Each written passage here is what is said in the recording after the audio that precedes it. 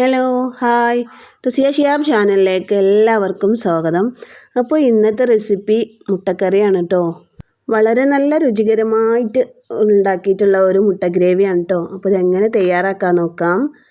അപ്പോൾ അതിനായിട്ട് ഞാൻ അവിടെ ഒരു പാത്രം അടുപ്പത്ത് വെച്ചിട്ടുണ്ട്. അതിലേക്ക് കുറച്ച് ഓയിൽ ഒഴിച്ചു കൊടുക്കാം.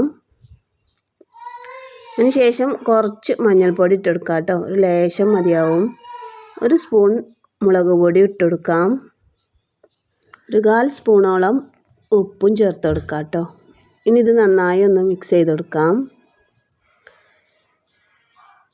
മിക്സ് ചെയ്തതിന് ശേഷം ഇതിലേക്ക് ഞാനൊരു 3 മുട്ട പുഴുങ്ങി വെച്ചിട്ടുണ്ട്.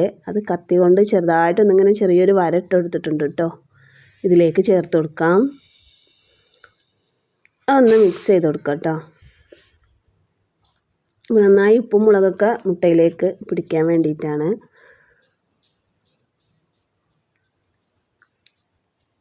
ഇനി ഈ മുട്ട ഇതൊന്ന് മാറ്റി വെക്കാം.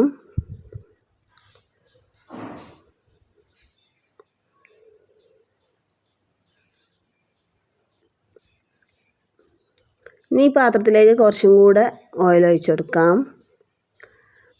അതിലേക്ക് ഒരു സ്പൂൺ ജീരകം പൊടിച്ചത് ഇട്ട് കൊടുക്കുന്നുണ്ട്.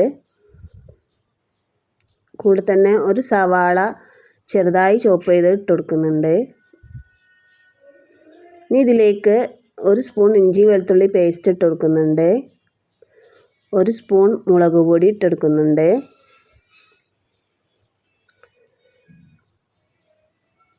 ഇനി ഇതിലേക്ക് ആവശ്യമായിട്ട് കുറച്ച് മഞ്ഞൾപ്പൊടിയും ചേർത്ത് കൊടുക്കാം കേട്ടോ.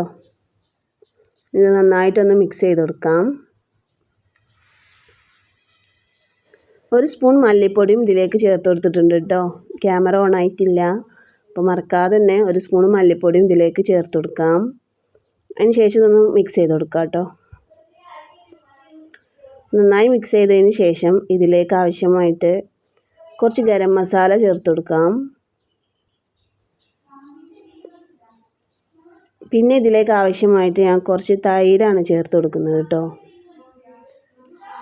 തൈര് ചേർത്ത് കൊടുത്തിട്ടുണ്ട്. ഇത് വീണ്ടും നന്നായിട്ടൊന്ന് മിക്സ് ചെയ്ത് കൊടുക്കാം.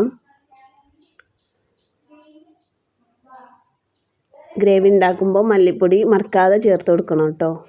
ഈ ഒരു സമയത്ത് നമുക്ക് ഉപ്പൊക്കെ നോക്കിയിട്ട് ഉപ്പ് പോരെങ്കിൽ കുറച്ച് ഉപ്പൊക്കെ ഇട്ട് കൊടുക്കാം കേട്ടോ. പാകത്തിനനുസരിച്ച് ഉപ്പ് ചേർത്ത് കൊടുക്കാം. ഇനി ഇതൊന്ന് തിളച്ച് വരുമ്പോൾ നമ്മൾ മാറ്റി വെച്ചിട്ടുള്ള മുട്ട ഇതിലേക്ക് ചേർത്ത് കൊടുക്കാം. ഒന്ന് കുറുകി വരുമ്പോൾ കുറച്ച് മല്ലിയില ഇട്ട് കൊടുക്കാം. പിന്നെ ഇതിലേക്ക് ആവശ്യമായിട്ട് കുറച്ച് കുരുമുളക് പൊടി ചേർത്ത് കൊടുക്കാം. കുരുമുളക് പൊടി ചേർത്ത് കൊടുക്കുന്നുണ്ട്. ഇത് വീണ്ടും ഒന്ന് മിക്സ് ചെയ്ത് കൊടുക്കാം. കുറച്ച് നേരം ഈ കറി ഒന്ന് തിളപ്പിച്ച് എടുത്ത് കഴിയുമ്പോഴേക്കും നമ്മളെ കറി ഇവിടെ റെഡി ആയിട്ടുണ്ട് കേട്ടോ. വളരെ നല്ല ടേസ്റ്റുള്ളൊരു കറിയാണ്.